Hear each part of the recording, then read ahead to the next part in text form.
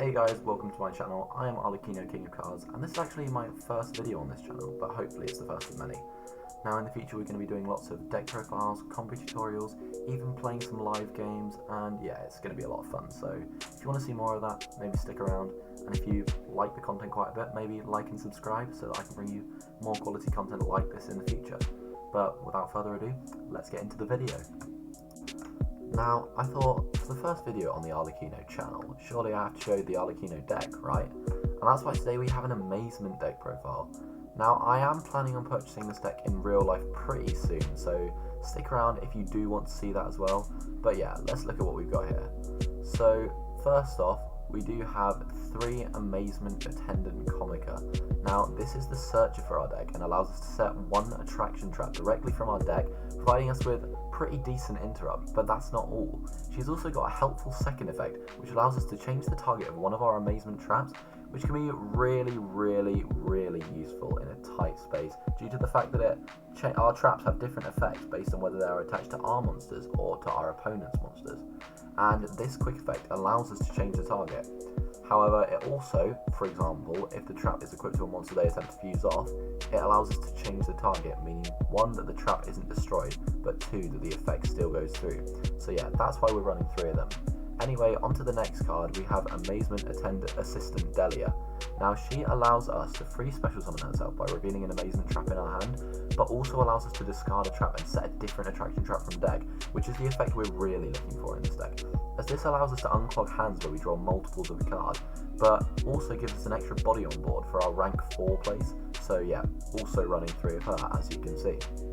Now next we have 3 Amazement Dominator Arlecchino. Now he is our big boss monster in this deck.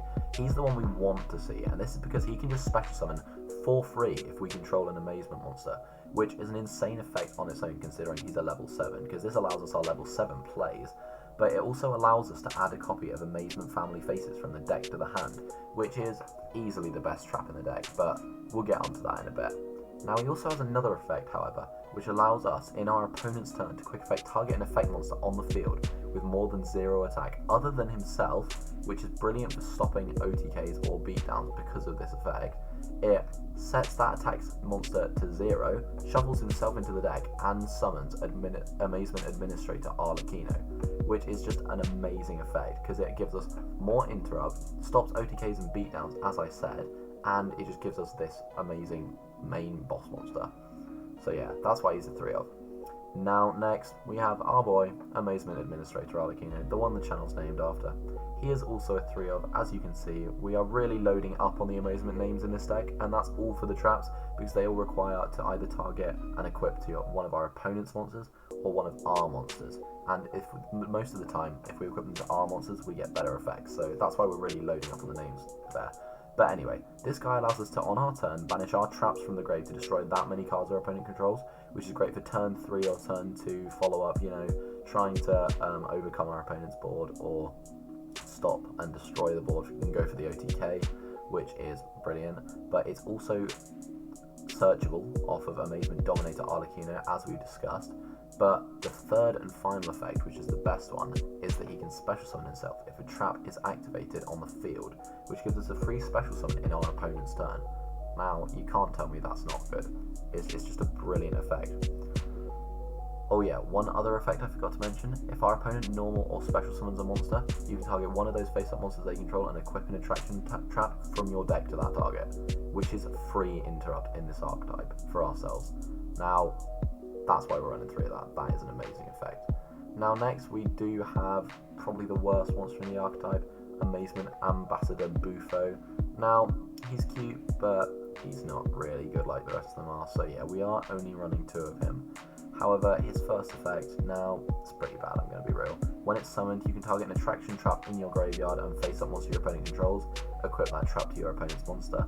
You're not going to be doing that much on your turn because your opponent's not going to have a monster. However, going second, if you use the effect of Delia, you can then use Bufo to equip the trap that you discard off Delia to your opponent's monster, giving you more interrupt. But with Bufo, we're mainly looking at the second effect here, which is a quick effect, target one of our attraction traps equipped to a monster, and change the target, which is, as we've said before, a brilliant effect, which is why we're still running 2 of them, because it's still a really strong piece of interrupt. But anyway, that's all the monsters in this deck. Now let's move on to the spells. Now with the spells, we are only looking at 8 in this deck because we are predominantly looking at traps as our interrupt, and the archetypal spells for this deck just aren't really the best, except for the amazing time ticket, as we can see here. Now we are running 3 of this card as it allows us to add any amazement card from our deck to our hand if it's activated in our turn, and this is your main starter in the deck, as well as Amazement Attendant Comica, because it can add any amazement card from our deck to our hand. Now that's monster, spell, trap, so it's really flexible. However, it does cost 800 life points, but that's not really a drawback. It also has a second effect, however, where if it's activated on our opponent's turn, we can set an attraction trap from our deck, and it can be activated the turn it's set, which is really great in providing us with more interrupt than we had before, and it's one of the reasons this card is so good and at 3 in the deck, because it means that if we do draw the Comica, it's not a drawback. But next we have the Amazement Special Show. Now I am running this card at 1 because it allows us, when an opponent activates a card or effect that targets an Amazement monster we control, to target one of those targeted monsters and return it to our hand, and then special summon another Amazement from hand, or the same Amazement from hand. Meaning, say you normal Comica, they chain Effect Veiler on the effect. Now you can just immediately activate Special Show, which returns the Comica to your hand, and then special summons the Comica again. So the Comica effect resolves, you still have the quick effect. It just allows us to play around hand traps, negates, pops, you name it. And I was honestly considering running 2 of this card in the deck for a while.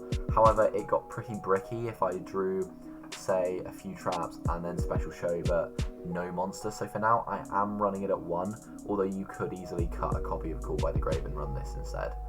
Now, Call by the Grave. Do I even need to say why we have to run this card in this deck? It allows us to play through hand traps, which is great this format, and just gives us a fighting chance. Honestly, if I were to run more copies of Special Show, I think I would cut the Call by, just because Special Show is even better, because it bounces the monster, avoiding the negate, but then Special Summon is a different one.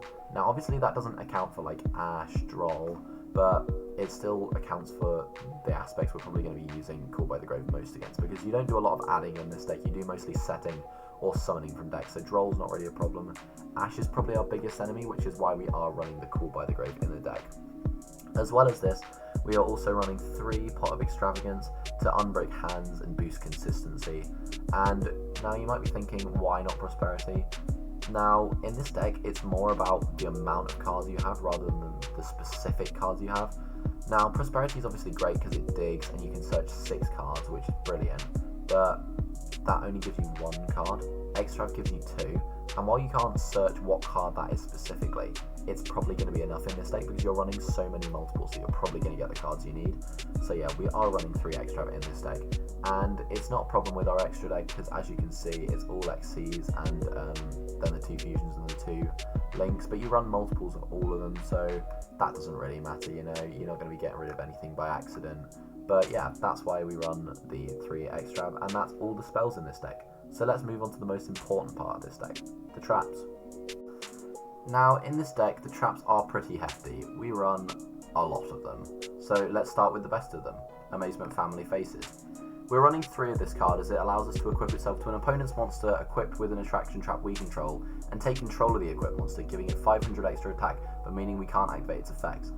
It's also treated as an Amazement card, which gives us the second effect of whichever trap is equipped to it, which is a really great piece of interrupt as it removes one of their bodies, but gives us a body to use on our turn, and also gives us extra effects, which is why we run 3 of this card. Next, we have Amaze Attraction Thrill Train. Now, Amaze Attraction Thrill Train allows us to target an Amazement monster we control or any monster our opponent controls, and equip this card to the targeted monster before allowing us to activate the following effects. Now, that's what all the Amaze Attractions do, but I thought I'd just explain that first. So, when Amaze Attraction Thrill Train is equipped to our card, we can change the equipped monster's battle position and set an attraction from the graveyard to our field, giving us a great bit of recursion. However, the better effect is when it's equipped to an opponent's monster, which is when it banishes an opponent's monster until the end phase. Sorry, we literally have an archetypal SP Little Knight. Need I say more of why we're running this card? Now, jokes aside, this is a great piece of removal and recursion, and is definitely a 2 of at least in the deck. You could definitely run it at 3, 2, however I'm just running it at 2 so I can run a few of the others. Next, we have a Maze Attraction Rapid Racing. Now, Rapid Racing all have the effect to equip to a monster, as I said, but this one, if it's equipped to our monster, it targets one card in our opponent's graveyard and shuffles it into the deck, which is a brilliant piece of removal and interrupt for us, giving us an in-archetypal DD Crow effectively. As well as this, if it's attached to our opponent's monster, we can increase the attached monster's level by 1, which is really great at stopping a lot of decks, for example Sprite, Goblin Biker, just really any Synchro or Xyz decks, and so a minimum copies of 2 of this card are required, but you can definitely run this at 3 easily. Now next we have a Maze Attraction Cyclo Coaster. This also equips like we've said, and if it is equipped to our monster, we can pop a spell trap our opponent controls, avoiding destruction effects. As this card reads, you can target one spell trap your opponent controls, send both it and this card to the graveyard, meaning cards that say when it is destroyed, they won't trigger, which is brilliant for us.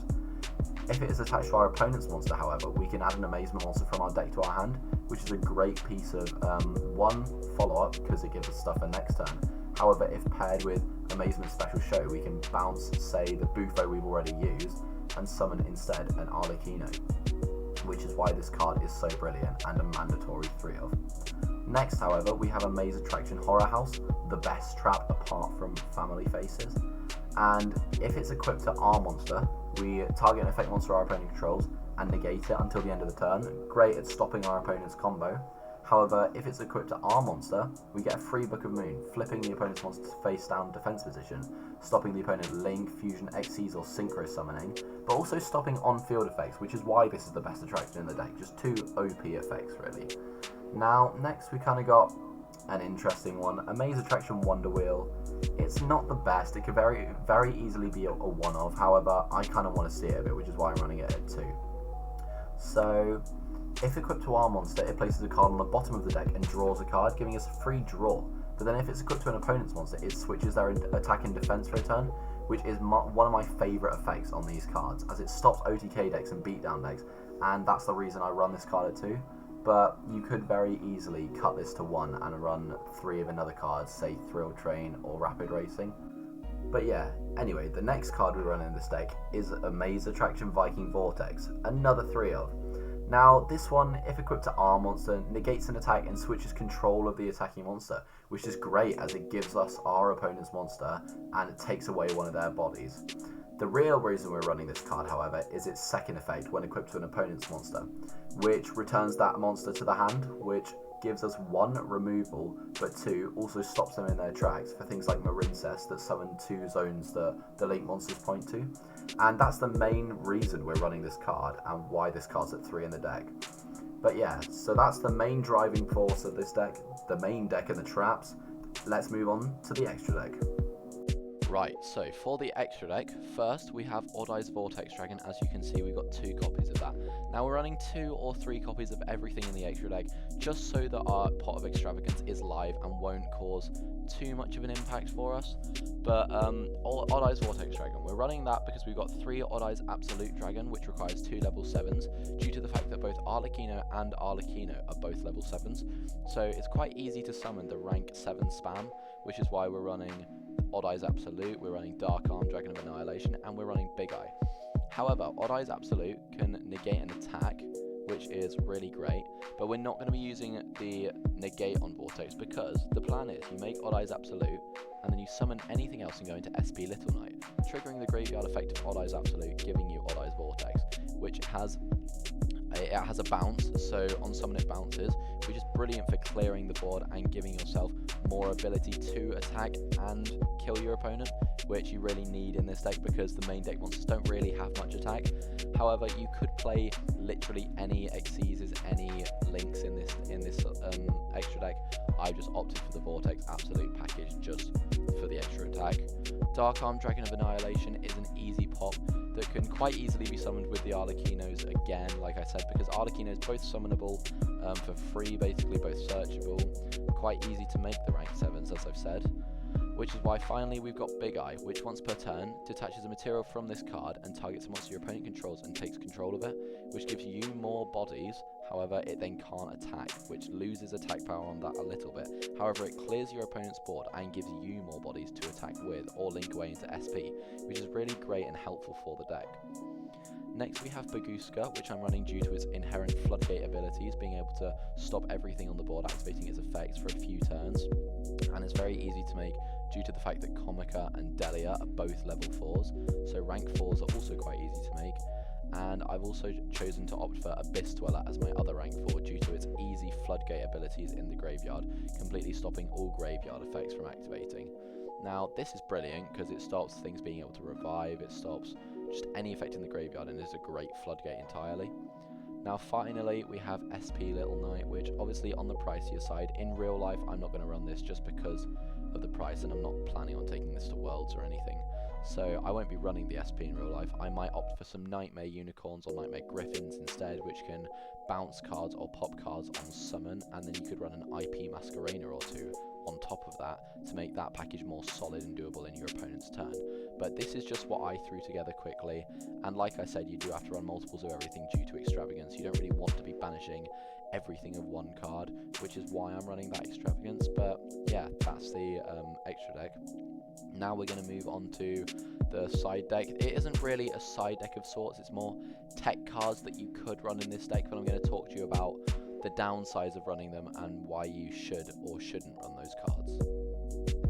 So finally we have these tech card recommendation kind of cards I was talking about. So it's predominantly traps from outside the archetype, such as Torrential Tribute, and then as you can see I've also included Solemn Strike and Solemn Judgment. And now while all three of these are brilliant traps, for example Judgment and Strike obviously counter traps, you can't respond to them because they're spell speed 3, or Torrential Tribute just completely wiping your opponent's board, I wouldn't really recommend them for this deck. For example, Tribute destroys your monsters too. You kind of need monsters for all your traps to activate, which is why I wouldn't recommend them. But on top of that, they take up valuable space in your deck, and you need to see your Amazement name cards in order for all your traps to work, which is why I would suggest leaving Torrential Tribute and the Solemns out of your deck. Even though they seem like cards you would run in a trap deck, I would maybe advise against them. So that's just my take on it. But there are obviously all the other Amazement cards you can run it as well, and there's actually one more Amazement card we haven't mentioned in this deck profile, which you can use as a side deck card for against high attack decks such as Tenpai, which are quite good right now. For example, it loses 500 attack for each of your attraction traps monsters if you activate Merry-Go-Round and target their Tenpai dragons. Now that's really good against Tenpai because that's 2500 max that they're losing, which obviously is a lot because Tenpai are making like 30,000.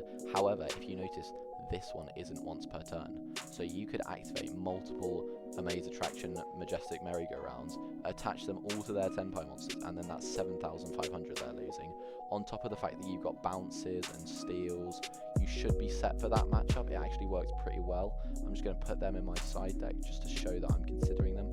But yeah, that's all I wanted to say, was don't really run the generics. They're not the best in this deck, but yeah, that's my thoughts. Let me know what you thought. Thanks so much for watching, guys. Like I said, if you like that profile, please let me know. If you think of any changes or improvements I can make, please let me know as well. But if there's any decks you'd like to request that I make, also let me know. But I'm planning on releasing a combo tutorial for Amazement, and then maybe some play testing as well in the future. So if you want to stay around and stay tuned for that, please remember to like and subscribe to my channel. But without further ado, goodbye.